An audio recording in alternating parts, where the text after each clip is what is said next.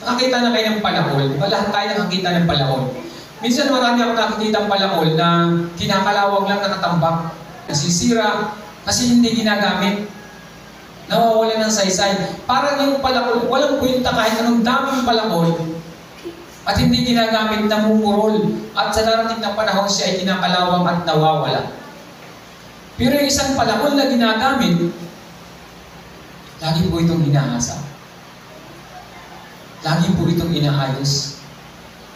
Naalala ko tuloy yung lulo ko noon, hindi ko malimutan. Ang palakol niya, dalawa. Pag may nanghiram yung isang palakol, ang kanyang pinahiram. Mamay tawag namin doon yung mamay. At yung palakol niyang isa, yun yung pag may ginagamitan siya ng ano, kasi halos nakakaahit ng balahibo yun. Pag yun ang ginamit niya talagang grabe yung talas. Kasi habang ginagamit niya, talagang inaayos niya at saka itinatabi niya, inilalagay niya sa isang lalagyan. At meron talaga siyang lagayan doon na doon lang yun inilalagay. Kasi ginagamit niya, pag siya gumamit, kita yung talas talaga ng palakol.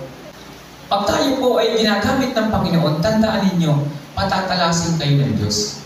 Hindi kayo hahalaan ng Panginoon na kalawangin, mabulok, masira, at hindi pa kinabangan. Pag patuloy kayo nagpapagamit sa Panginoon, patatalasin at patatalasin kayo niya. At lalagyan kayo ng isang sisidlan, ng isang lagayan kung saan kayo ay ligtas at patuloy na iniingatan. Nilalagisan kayo ng Diyos. At walang kalawang pili makalapit sa inyo, walang anumang pili makaatake sa inyo, kasi lagi kayong may lagis, iniingatan kayo ng Panginoon, kasi kayo kanyang ginagamit. Pero pag tayo po'y mas marunong pa sa may hawak ng palakol, pag tayo mas marunong pa sa Panginoon, hindi ako pwede kasi busy ako. Hindi ako pwede kasi meron akong pupuntahan. Kung mas marunong pa tayo sa Panginoon, mas marunong pa tayo, sabi nito, mas magaling pa ba ang palakol kaysa taong may hawak nito? Kung mas marunong pa tayo doon sa may hawak sa atin, mananatili tayo sa isang sulok at tayo'y kakalawangin. Hindi ka magtatagumpay at darating ang panahon, hindi ka na piling gamitin dahil kinakalawang ka na, hindi ka na malagyan ng hawakan kasi hirap na hirap ng pasukan yung iyong butas para ikaw ay gamitin. Pero pag patuloy ka nagpapagamit sa Panginoon, patuloy kang ginagamit ng Panginoon, patuloy kang patatalasin, bibigyan ka ng wisdom, katalinuhan na hindi mo pa naranasan. Kung meron kang karamdaman, pagagalingin ka ng Diyos. Kasi ginagamit ka niya.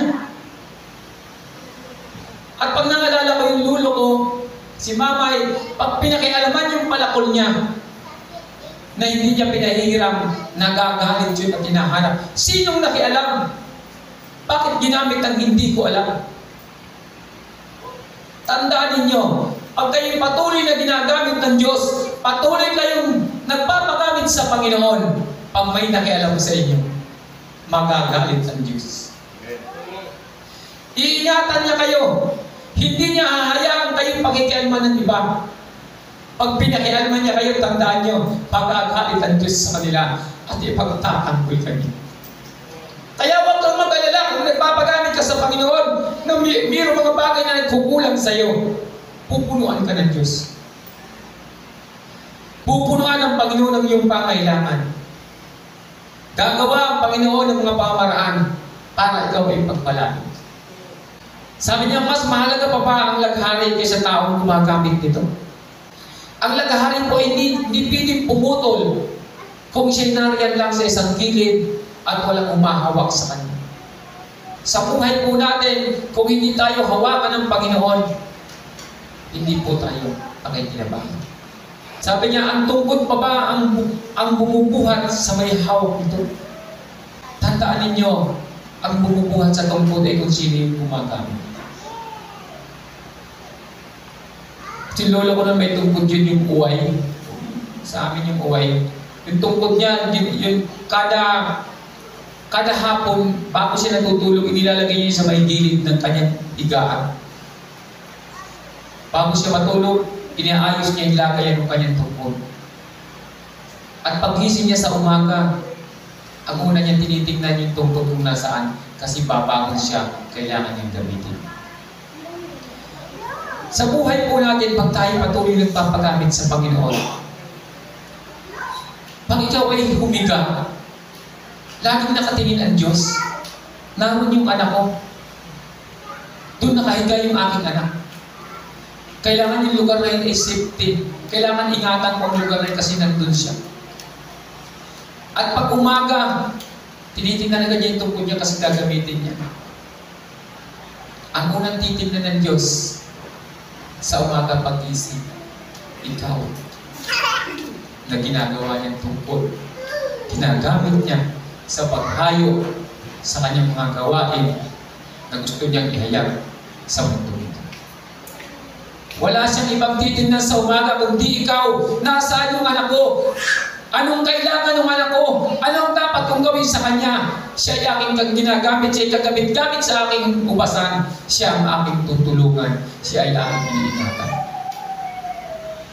Hindi ka hahayaan ng Panginoon. Hindi sinasabi ng Panginoon, tungkol buhatin mo ako. Tungkol ikaw ang magdala sa akin. Ang nagdadala po sa tungkol ay kung sino yung may hawak. Kaya wala kang dapat ipag-alala pag patuloy ka nagpapagamit sa Panginoon. Sa umaga pa lang, madilim-dilim pa, ikaw na agad tinitignan ng Diyos. Ano yung ginagawa ng aking anak? Ano yung kulang sa kanya? Ano yung wala sa kanya? Ano yung pwedeng magpasaya sa kanya? Paano ko siya patitibayin para magamit ko siya ng matagal? Paano ko siya bibigyan ng kailangan niya para siya ay lumago, umangat, at maging mayabong ang kanyang buhay? Yun po lagi ang tinitingnan ng Panginoon sa amin. Kasi tayo kanyang ginagamit, kagamit-gamit tayo sa Kanya. Kaya lahat po ng ginagamit ng Panginoon, Kanya po pinamahal.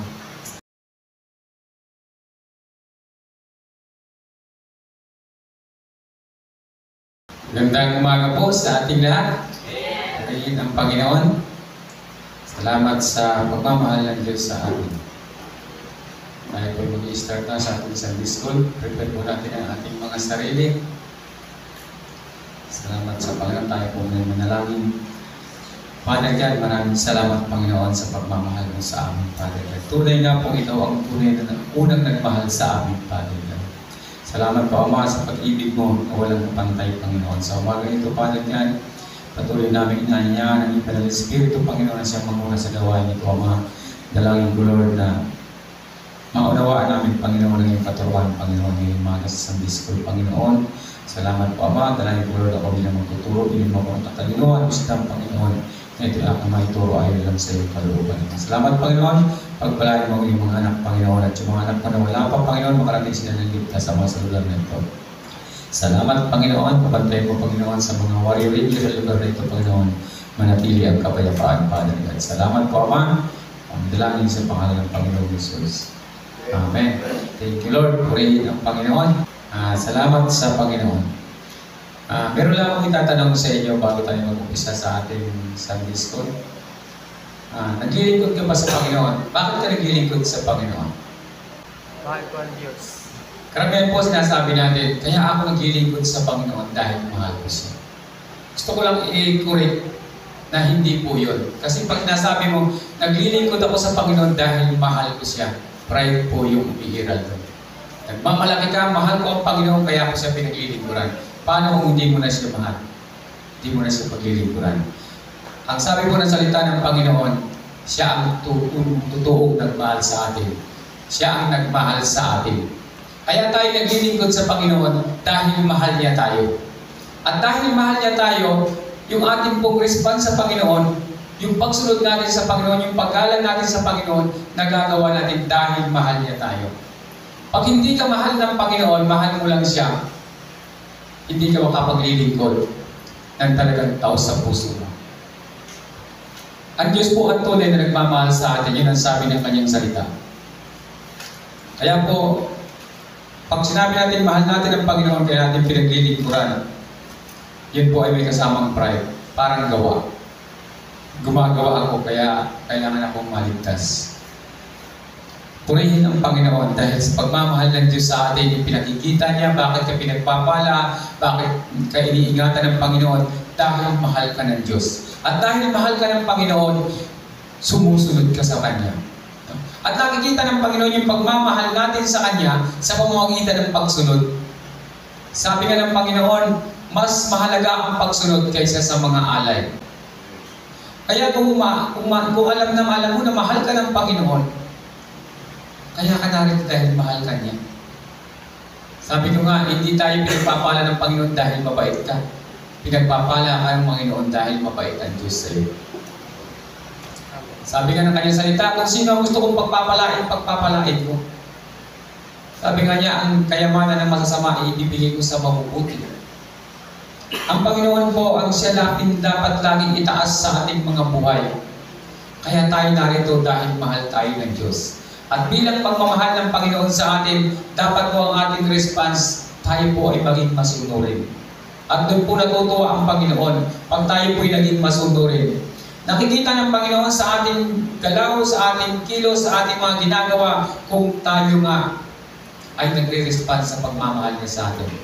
Bakit malakas ang iyong katawan? Bakit inaayos ng Panginoon ang iyong buhay? Dahil mahal ka niya. Panghawakan po natin yung pagmamahal ng Diyos sa atin.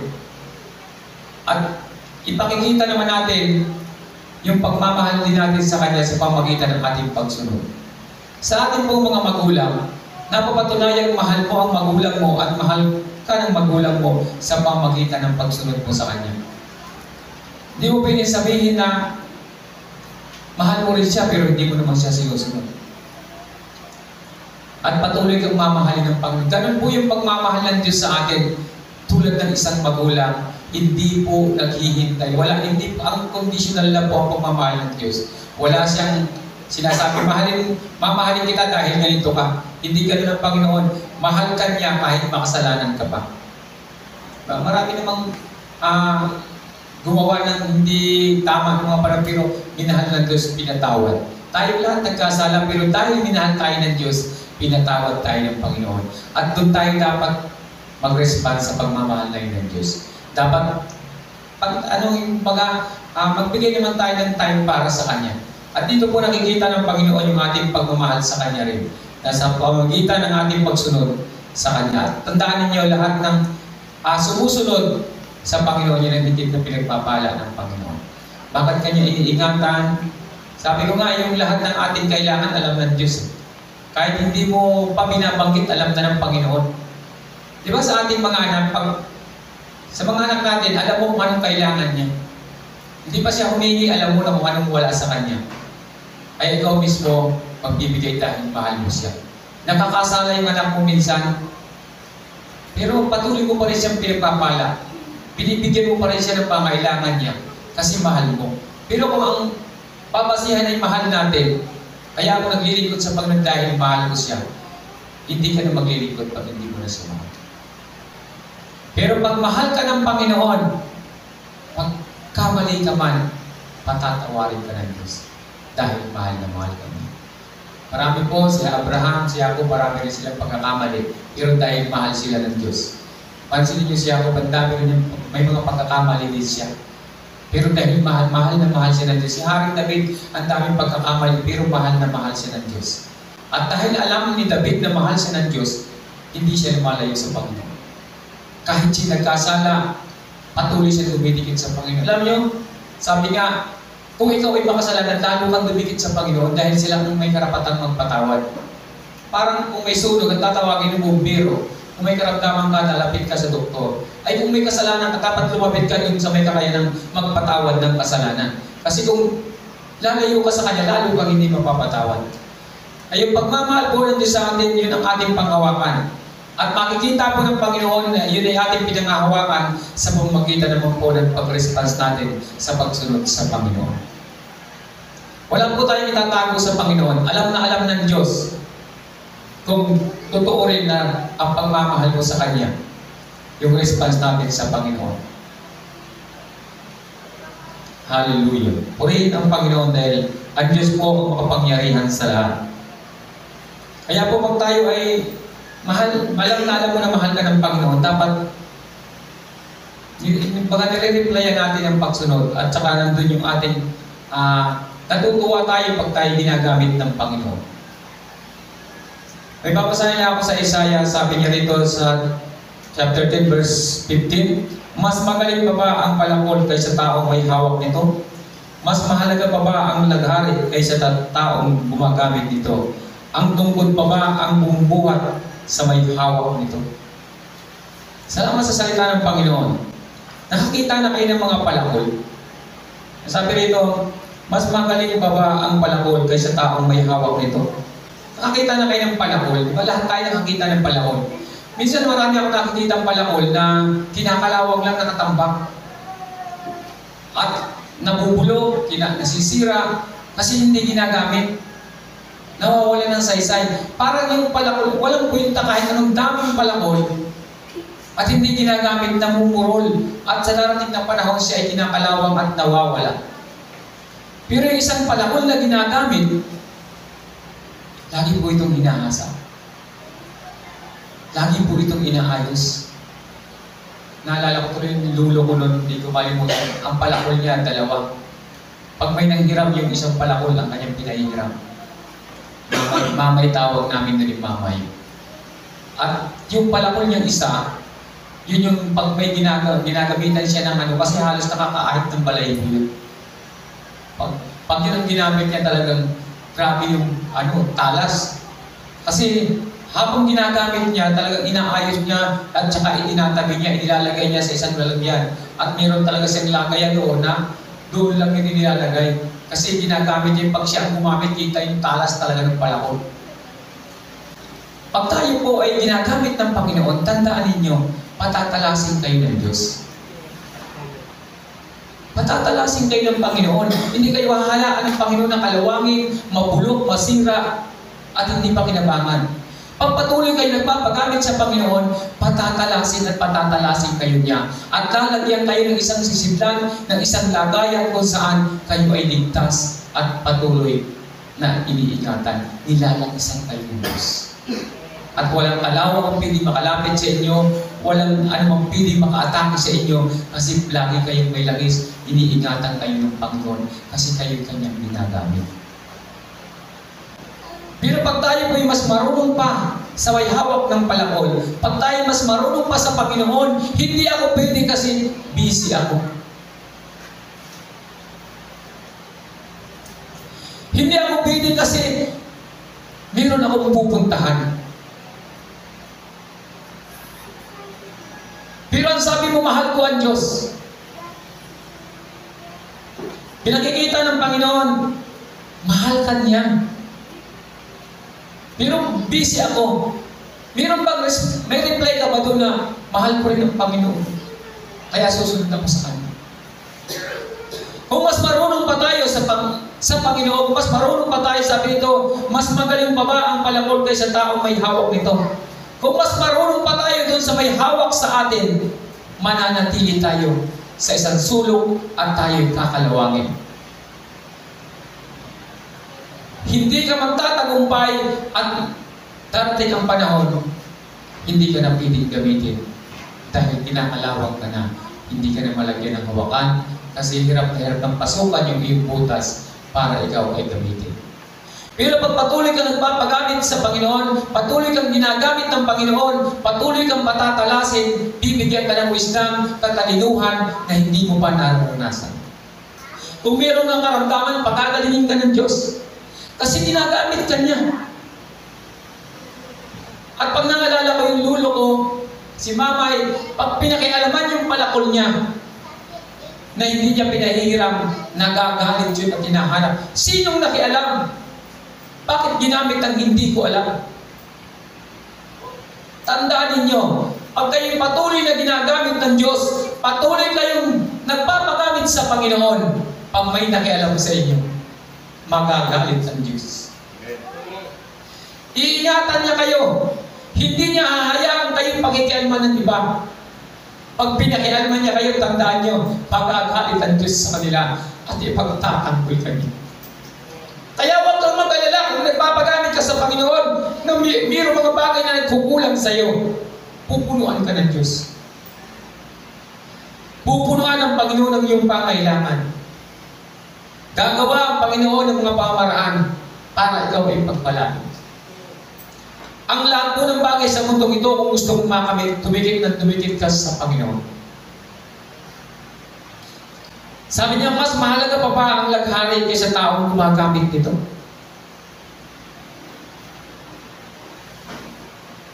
Ang laghari po ay walang pakinabang kung siya ay walang humahawak. Ang laghari po ay hindi pwedeng pumutol kung siya nariyan lang sa isang gilid at walang humahawak sa kanya. Bakit siya ay pinakikinabangan? Bakit siya ay nagkakaroon ng purpose, nagagawa niyang purpose niya? Kasi mayroong may hawak sa kanya. Na ipuputol siya, na gagawa siya ng mga gandang mga tulad nitong ating simbahan, na naayos lahat kasi mayroong gumagamit sa kanya. Pero kung wala pong may hawak sa laghari, wala po itong pakinabang. Sa buhay po natin, kung hindi tayo hawakan ng Panginoon, hindi po tayo pakikinabangan. Ang Diyos lang po ang mayroong kakayanan na mag-ayos sa atin. Baka hindi ka makaputol ng kahit maliit na bagay. Kahit maliit na kahoy, hindi mo kayang putulin. Kasi walang humahawak sa iyo para ikaw ay gamitin. Kaya tayo po'y magpasalamat pag tayo ginagamit ng Panginoon. Dahil pag patuloy po tayo nagpapagamit sa Panginoon, patuloy kang bibigyan ng wisdom ng Panginoon. At yung wisdom na bibigay sa iyo ng Diyos, kaya mong lumaban. Kaya mong napakalaki ng magagawa ng wisdom na ibinibigay ng Diyos sa atin. Sabi niya, ang tungkod pa ba ang bumubuhat sa may hawak nito? Ang tungkod pa ba ang bumubuhat sa may hawak nito? Tandaan ninyo, ang bumubuhat sa tungkod ay kung sino yung gumagamit. Si lolo ko na may tungkod yun yung uway. Sa amin yung uway. Yung tungkod niya, yung kada hapon, bago siya natutulog, inilalagay niya sa may gilid ng kanyang higaan. Bago siya matulog, inaayos niya yung lagayan ng kanyang tungkod. At paggising niya sa umaga, ang una niya tinitingnan yung tungkod kung nasaan, kasi babangon siya, kailangan niyang gamitin. Sa buhay po natin, pag tayo patuloy nagpapagamit sa Panginoon, pag ikaw ay humiga, laging nakatingin ang Diyos. Naroon yung anak ko. Doon nakahiga yung aking anak. Kailangan yung lugar na yun ay safety. Kailangan ingatan mo ang lugar na yun kasi nandun siya. At pag umaga, tinitingnan agad niya yung tungkod niya kasi gagamitin niya. Ang unang titignan ng Diyos sa umaga pag-isip, ikaw na ginagawa niyang tungkod. Ginagamit niya sa paghayo sa kanyang mga gawain na gusto niyang ihayag sa mundo nito. Wala siyang ibang titignan sa umaga kundi ikaw. Nasaan yung anak ko? Anong kailangan ng anak ko? Anong dapat kong gawin sa kanya? Siya ay aking ginagamit, siya ay kagamit-gamit sa aking ubasan. Siya ang aking tutulungan. Siya ay aking iniingatan. Hindi ka hahayaan ng Panginoon. Hindi sinasabi ng Panginoon, tungkod, buhatin mo ako. Tungkod, ikaw ang magdala sa akin. Ang nagdadala po sa tungkod ay kung sino yung may hawak. Kaya wala kang dapat ipag-alala pag patuloy ka nagpapagamit sa Panginoon. Sa umaga pa lang, madilim-dilim pa, ikaw na agad tinitignan ng Diyos. Ano yung ginagawa ng aking anak? Ano yung kulang sa kanya? Ano yung wala sa kanya? Ano yung pwedeng magpasaya sa kanya? Paano ko siya patitibayin para magamit ko siya ng matagal? Paano ko siya bibigyan ng kailangan niya para siya ay lumago, umangat, at maging mayabong ang kanyang buhay? Yun po lagi ang tinitingnan ng Panginoon sa amin. Kasi tayo kanyang ginagamit, kagamit-gamit tayo sa Kanya. Kaya lahat po ng ginagamit ng Panginoon, Kanya po binamahal. At makikita mo pag minamahal ka ng Diyos, ikaw ay nagiging masunurin. Ikaw ay nagiging, kumbaga, natutuwa ka pag ikaw ay mayroong mga part. Sabi ko nga, hindi po tayo ang pumili sa Diyos. Siya po ang pumili sa atin. Bakit ka narito? Hindi mo ito ginusto. Hindi mo ito pinili. Hindi mo ito talagang sinadya. Ang Diyos talaga ang nagtawag sa inyo kaya ka narito. Kaya po, huwag nating sayangin ang pagbibigay ng pagkakataon ng Panginoon sa pagkatawag sa atin. Bigyan natin ito ng pansin, bigyan natin ng halaga, bigyan natin ng time yung mga gustong ipagawa sa atin ng Panginoon. At hindi po magkukulang ang Diyos. Hindi po sasabihin ng Panginoon, ginagamit kita, pero bahala ka sa pangailangan. Hindi po ganun ang Panginoon.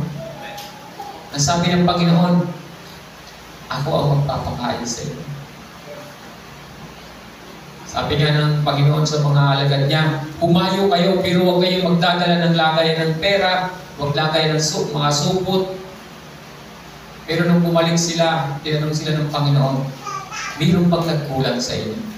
Sabi nila, wala po. Wala silang dala kahit anong sila yung mayo. Pero nung tanongin sila, may nagkulang pa sa inyo? Wala po. Sa 70 na kanyang pinahayag. Wala po sa amin nagutom. Wala pong nagkulang. Kaya po pag tayo ginagamit ng Panginoon, huwag po tayong mag-alala. Yung mga pangailangan po natin, ibibigay ng Diyos sa atin.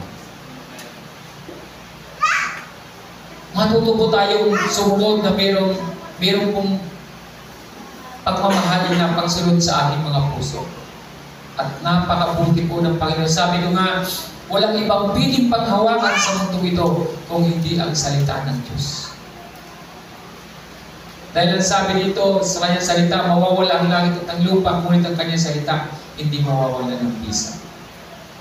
Lahat po sa mundo ito piling mawala, pero ang kanyang salita ay hindi mawawala kahit kailan. Kaya siya lang po ang pili natin panghawakan ng salita ng Panginoon. Kaya ang hamon po sa atin sa umagang ito, pag tayo binibigyan ng pagkakataon ng Panginoon na tayo ay magamit, kung gusto mo na ikaw ay palaging nandun yung proteksyon, pagpapala ng Panginoon, bigyan po natin ng panahon ang mga bagay na pinagagawa ng Diyos sa atin. Salamat sa kanyang mga salita na talagang patuloy po nagbibigay sa atin ng lakas. Ang sabi niya rito, mas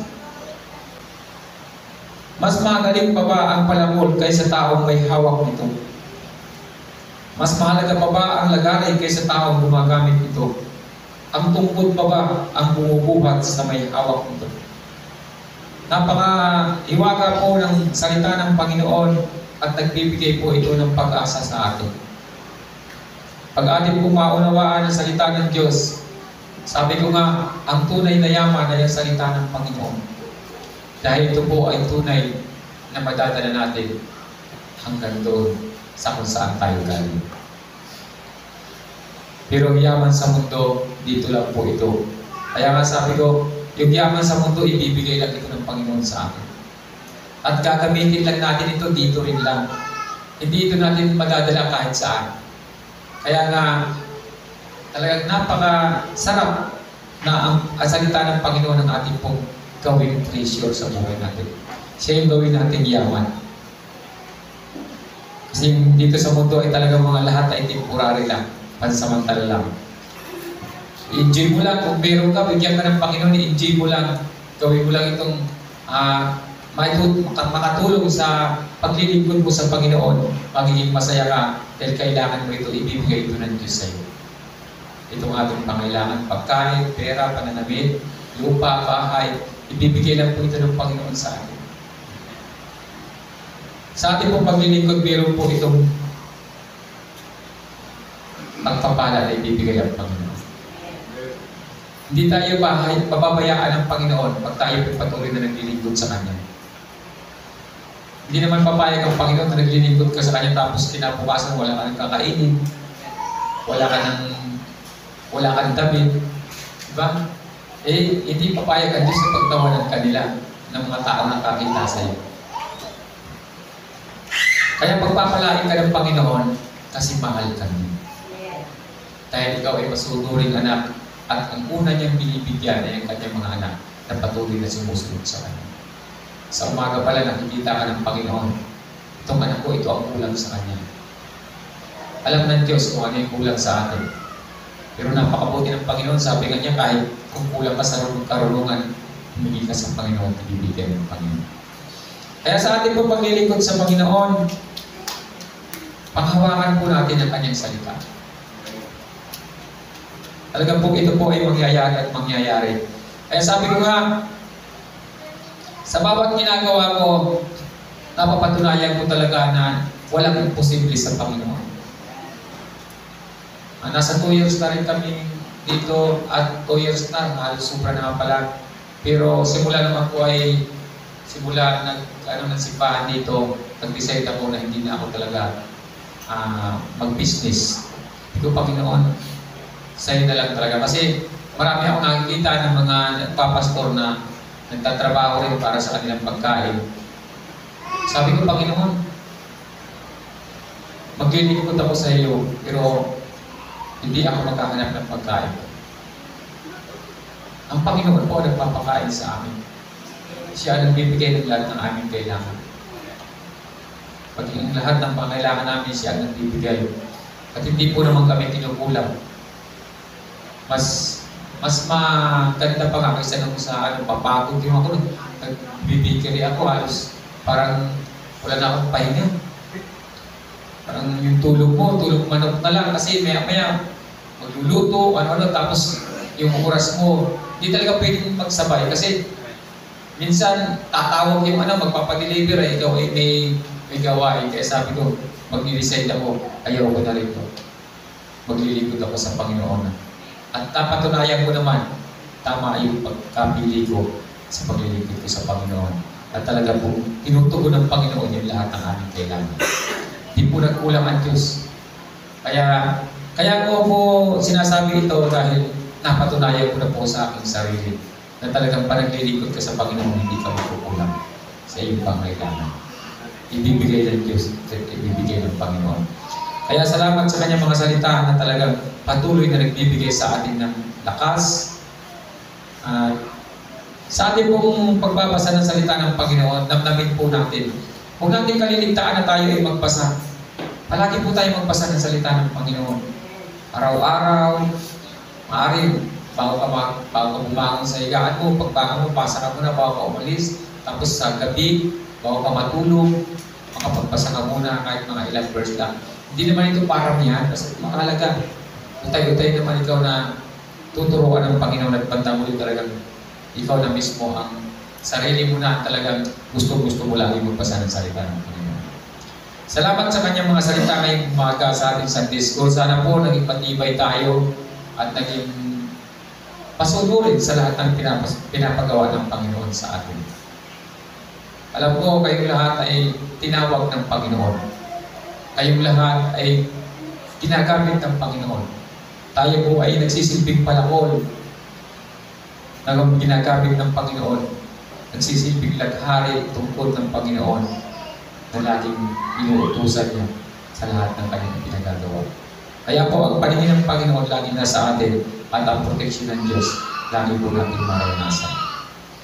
Salamat po sa kanyang mga salita ngayong umaga sa ating Sunday School. Pagpalain po ang bawat isa at ito po ay mabumay sa ating mga puso. Tayo po'y manalangin. Salamat po, Ama, sa umagang ito, Panginoon. Salamat, Panginoon, sa iyo mga paalala sa amin, Panginoon, na dapat masigit kayo, nasusunod kaysa sa amin, Ama. Salamat, Panginoon, bigyan mo po kami ng tibay, Panginoon, sa aming pagsunod. Dalangin mo, Lord, ang pagpapala sa iyong mga anak na masunurin, patuloy mong igawad, Panginoon. Salamat po, Ama, pagpalain mo po ang bawat isa. Ang dalangin sa pangalan ng Panginoon Jesus. Amen.